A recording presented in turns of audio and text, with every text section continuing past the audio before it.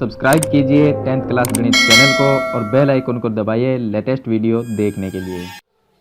Hello friends, चलिए आज इस वीडियो में हम गोले का पृष्ठीय क्षेत्रफल और आयतन निकालना सीखेंगे, जिसके अंदर हम बात करेंगे गोले की, अर्धगोले की और गोलीय कोष की। तो सबसे पहले हम गोले की आकृति को समझते हैं। देखिए यहाँ पर एक गोला मैंने बनाया है। ये जो गोला है वो 4 वृत्त से मिलकर बना होता है, क्योंकि जो गोला है उसके पृष्ठीय क्षेत्रफल का सूत्र होता है 4 पाई आर स्क्वायर। अगर 4 को अलग कर दिया जाए तो बनता है पाई आर स्क्वायर। अब पाई आर स्क्वायर क्या होता है? एक वृत्त के क्षेत्रफल का सूत्र। वृत्त का अगर क्षेत्रफल निकालते हैं तो ये वृत्त के क्षेत्रफल का सूत्र होता है। अब यहां पर इसके गुणा में अगर 4 लगा देते हैं, इसका मतलब ये हुआ कि 4 वृत्त का क्षेत्रफल हो गया। तो इससे हम ये कह सकते हैं कि जो एक गोला है वो 4 वृत्त से मिलकर बना होता है। तो गोले का जो पृष्ठीय क्षेत्रफल है वो अगर हम निकालेंगे तो सूत्र काम में लेंगे 4 पाई आर स्क्वायर। ये गोले का पृष्ठीय क्षेत्रफल निकालने का सूत्र है। अब बात करते हैं गोले के आयतन निकालने का सूत्र। तो गोले का आयतन निकालने का सूत्र होता है 4/3 पाई आर क्यूब। इस सूत्र से हम गोले का आयतन है वो निकाल सकते हैं। इसके बाद में बात करते हैं हम अर्धगोले की। ये एक गोला है। इस गोले को अगर बीच में से काट दिया जाए तो बनता है अर्धगोला, मतलब कि आधा गोला। अर्धगोले में क्या होता है कि ये जो भाग होगा ये तो वृत्त के जो एक वृत्त का भाग होगा, मतलब कि ये तो वृत्त होगा ऊपर वाला, और ये है इसका वक्र पृष्ठ। तो यहां पर गोले का अगर जो अर्धगोला है, अर्धगोले का अगर वक्र पृष्ठीय क्षेत्रफल निकालना है तो वक्र पृष्ठ में क्या होगा? सिर्फ इतना ही भाग होगा, ऊपर वाला जो वृत्त है वो नहीं होगा। तो ये होता है इसका वक्र पृष्ठ। अगर आपको वक्र पृष्ठ निकालना है तो इसका सूत्र होता है 2 पाई आर स्क्वायर। ये 4 पाई आर स्क्वायर होता है, इसका आधा कर दो 2 पाई आर स्क्वायर। इससे हम अर्धगोले का वक्र पृष्ठीय क्षेत्रफल ज्ञात कर सकते हैं। अगर आपको अर्धगोले का पूरा संपूर्ण पृष्ठीय क्षेत्रफल निकालना है, यानी कि पूरा पृष्ठीय क्षेत्रफल निकालना है, तो पूरे पृष्ठीय क्षेत्रफल में क्या आएगा? एक तो इसके अंदर ये वक्र पृष्ठ आएगा, यानी ये भाग, और एक आएगा ये ऊपर जो इसके वृत्त होता है वो। तो एक वृत्त, अगर एक वृत्त और प्लस कर देते हैं तो मतलब कि पाई आर स्क्वायर प्लस कर देते हैं तो ये हो जाएगा 3 pi r square. 2 pi r square plus 1 pi r square, तो दोनों को प्लस करेंगे तो 3 पाई आर स्क्वायर। ये जो 3 पाई आर स्क्वायर है ये अर्धगोले के संपूर्ण पृष्ठीय क्षेत्रफल निकालने का सूत्र है। इससे अर्धगोले का संपूर्ण पृष्ठीय क्षेत्रफल निकाल सकते हैं। अगर आपको अर्धगोले का आयतन निकालना है तो देखिए पूरा गोला जो होता है उसके आयतन का सूत्र होता है 4/3 पाई आर क्यूब। तो अर्धगोला जो होता है उसके आयतन का क्या होगा? इस सूत्र का आधा कर दो। आधे का मतलब 2 का इसमें भाग दे दो। तो 2 का अगर भाग देंगे तो यह आएगा 2/3 पाई आर क्यूब। देखिए इसके अंदर आप भाग दे के दे सकते हैं। कैसे देना? देखिए ये हो गया 4/3 पाई आर क्यूब, और इसके अंदर भाग देंगे 2 का, मतलब वो 2 यहां पर आएगा। अब 2 का भाग 4 में देंगे तो 2 आ जाएगा, मतलब कि 2/3 पाई आर क्यूब। ये चीज मैंने यहां पर लिखी है। तो ये जो सूत्र है इससे अर्धगोले का आयतन ज्ञात कर सकते हैं। अब बात करते हैं गोलीय कोष की। गोलीय कोष क्या होता है? गोलीय कोष में 2 त्रिज्याएं होती है। पहली त्रिज्या को R1 से लिख देते हैं, दूसरी त्रिज्या को R2 से लिखते हैं। तो इसमें एक त्रिज्या बड़ी है, एक त्रिज्या छोटी होती है। तो R1 R2 2 इसमें त्रिज्याएं होती है गोलीय कोष के अंदर। अगर गोलीय कोष का संपूर्ण पृष्ठ का क्षेत्रफल निकालना है तो इसका सूत्र होता है 4 पाई R1, यानी पहली त्रिज्या का स्क्वायर प्लस में दूसरी त्रिज्या का स्क्वायर। इस सूत्र से हम गोलीय कोष का संपूर्ण पृष्ठीय क्षेत्रफल निकाल सकते हैं। अगर आयतन की बात करें तो आयतन होगा 4/3 पाई R1 का क्यूब माइनस हो जाएगा R2 का क्यूब। इस सूत्र से हम गोलीय कोष का आयतन ज्ञात कर सकते हैं। गोलीय कोष में होता क्या है कि ये जो आधा वृत्त है, मान लीजिए ये आधा वृत्त है, इसके अंदर एक इस तरह से और एक लेयर होती है इस तरह से।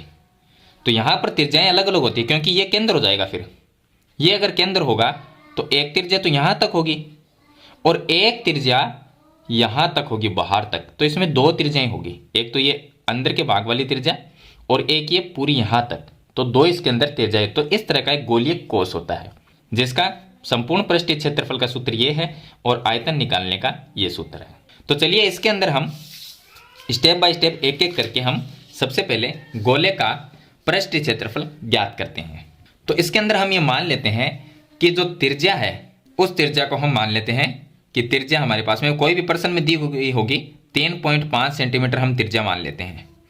अगर प्रश्न में 3.5 सेंटीमीटर की त्रिज्या या कोई भी संख्या हो सकती है, तो अगर गोले का पृष्ठीय क्षेत्रफल निकालना है तो मैंने आपको सूत्र तो बता ही दिया, ये होता है 4 पाई आर स्क्वायर। अब 4 की जगह तो हम 4 लिख देंगे, तो यह आ जाएगा 4 इंटू में पाई का मान 22/7 होता है वो आ जाएगा, और गुणा में आर का मान, आर का मतलब होता है त्रिज्या, त्रिज्या 3.5 मान ली हमने, तो यहाँ पर आर स्क्वायर का मतलब होगा 3.5 गुणा 3.5।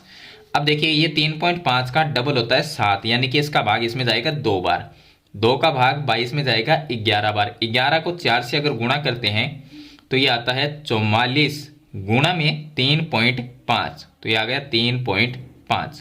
अब दोनों को गुणा कर देंगे तो ये आ जाएगा 154 सेंटीमीटर स्क्वायर। ये होगा गोले का पृष्ठीय क्षेत्रफल। जो पूरा गोला होता है उसका पृष्ठीय क्षेत्रफल इस तरह से निकालना है। सूत्र 4 पाई आर स्क्वायर होता है। अगर गोले का आयतन निकालना है तो गोले के आयतन में क्या इसका सूत्र होता है, पहले वो समझते हैं। आयतन का सूत्र होता है 4/3 पाई आर क्यूब, ये होता है आयतन का सूत्र।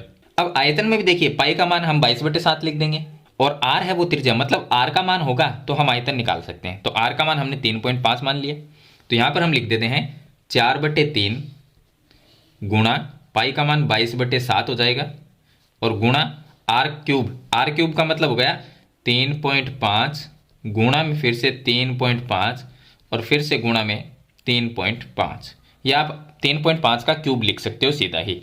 तो इसका डबल ये होगा, मतलब कि 2 बार भाग जाएगा, और 2 का भाग 22 में जाएगा 11 बार। अब बाकी संख्याएं जो रह गई उनको गुणा कर लेते हैं। 11 को 4 से गुणा करेंगे, यह आ जाएगा 44 इंटू में 3.5 यह आ जाएगा, और इंटू में फिर से 3.5 इसके गुणा में आ जाएगा, और बट्टे में रह जाएगा 3। अब ऊपर वाली संख्या को अगर गुणा करते हैं तो यह आ जाएगा 539, और बट्टे में इसके 3 आ जाएगा, 3 का भाग दे देंगे तो यह आ जाएगा 179.66, यानी कि 179.66 सेंटीमीटर क्यूब। आयतन हमेशा क्यूब में निकलता है, तो मीटर है तो मीटर क्यूब लगाएंगे, सेंटीमीटर है तो सेंटीमीटर क्यूब लगाना है।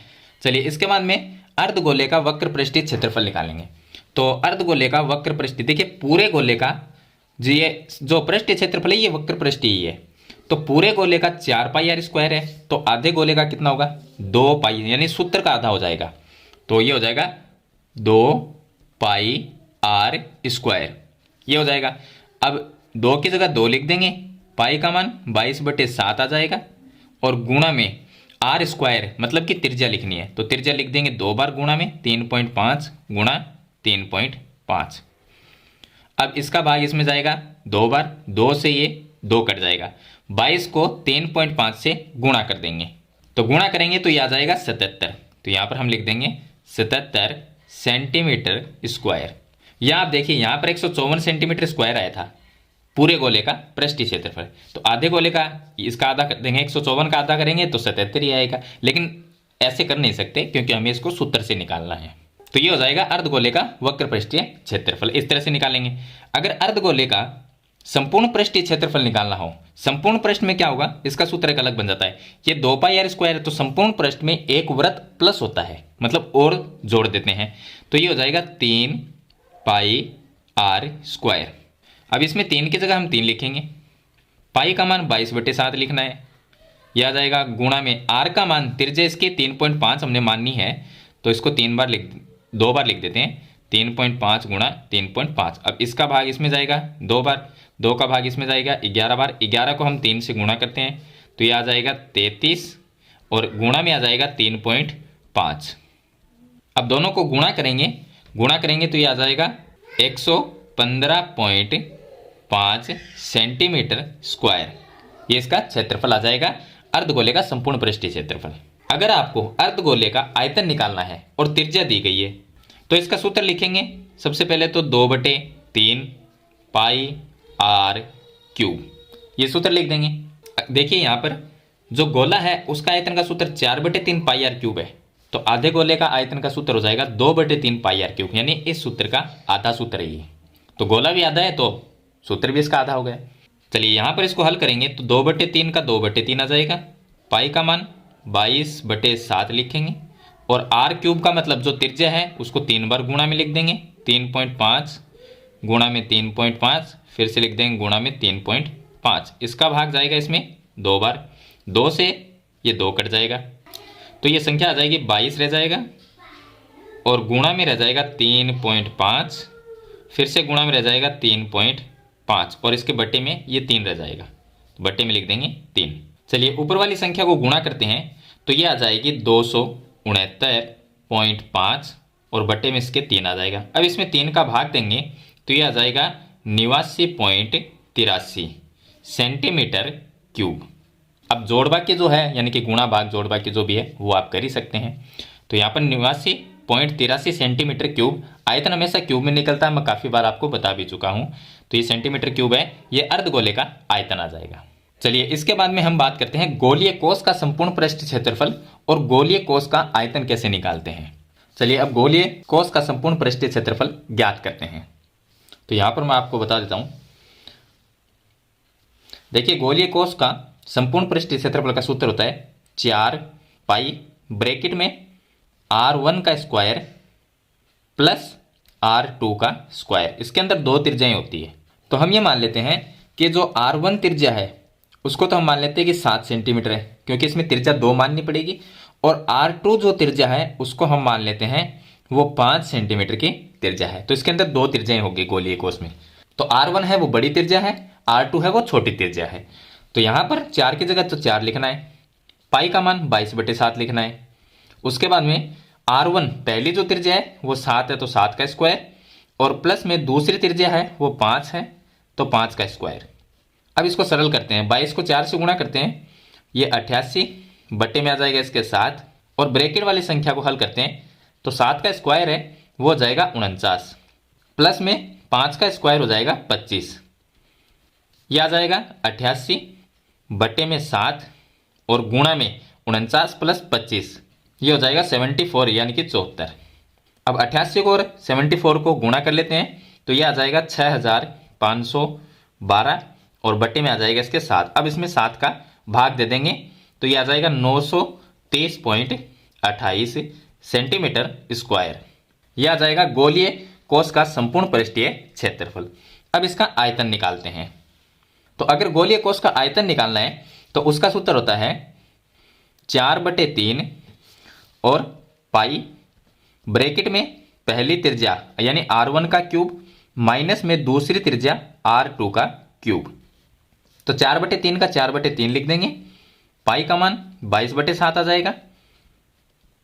r1 जो त्रिज्या है वो है 7 है तो 7 का क्यूब लिख देंगे, और माइनस में r2 त्रिज्या 5 सेंटीमीटर है तो यहां पर आ जाएगा 5 का क्यूब।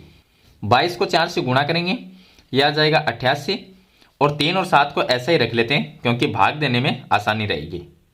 तो इसको 3 गुणा 7 लिख देते हैं। अब यहां पर 7 का जो क्यूब होता है वो होता है 343, और माइनस में 5 का क्यूब होता है। 5 का क्यूब का मतलब क्या होता है कि 5 को 3 बार गुणा करना, और यहां पर 7 को 3 बार गुणा करेंगे तो 343 आएंगे, और 5 को 3 बार गुणा करेंगे तो 125 आएंगे। चलिए माइनस कर लेते हैं तो 218 रह जाएंगे। तो ये आ जाएगा 88 बट्टे में आ जाएगा 3 गुणा में 7, और गुणा में इनको माइनस करेंगे तो 218 आ जाएंगे। अब पहले हम ऐसा करेंगे कि 218 है उसको 88 से गुणा कर लेते हैं। तो गुणा करेंगे तो ये आ जाएगा 19,184, और बट्टे में 3 गुणा 7। तो या तो आप देखिए 7 को 3 से गुणा कर लो, 21 हो जाएगा, 21 का भाग दे दो। अगर आप 21 का भाग देने में थोड़ी परेशानी होती है तो आप पहले 3 का भाग दो, उसके बाद में जो भी संख्या है जो उत्तर आएगा उसमें 7 का भाग और दे दो। तो इसका उत्तर आ जाएगा 913.52 सेंटीमीटर क्यूब। यह आ जाएगा गोलीय कोष का आयतन। तो इस तरह से आप गोले का पृष्ठ क्षेत्रफल और आयतन है वो ज्ञात कर सकते हैं। इसमें मैंने आपको सभी चीजें बता दी है, गोले का बता दिया है, अर्धगोले का भी मैंने बताया है, और गोलीय कोष का भी पृष्ठीय क्षेत्रफल और आयतन बता दिया। तो मेरे ख्याल से आप सभी सूत्र और पृष्ठीय क्षेत्रफल और आयतन निकालना सीख गए होंगे। फिर भी इसके बारे में कोई सवाल या सुझाव है तो मुझे कमेंट बॉक्स में जरूर लिखना। वीडियो पसंद आए तो इसे लाइक और शेयर जरूर कर देना। इस चैनल पर नए हैं तो सब्सक्राइब करना। हम मिलते हैं नेक्स्ट वीडियो में, तब तक के लिए थैंक यू।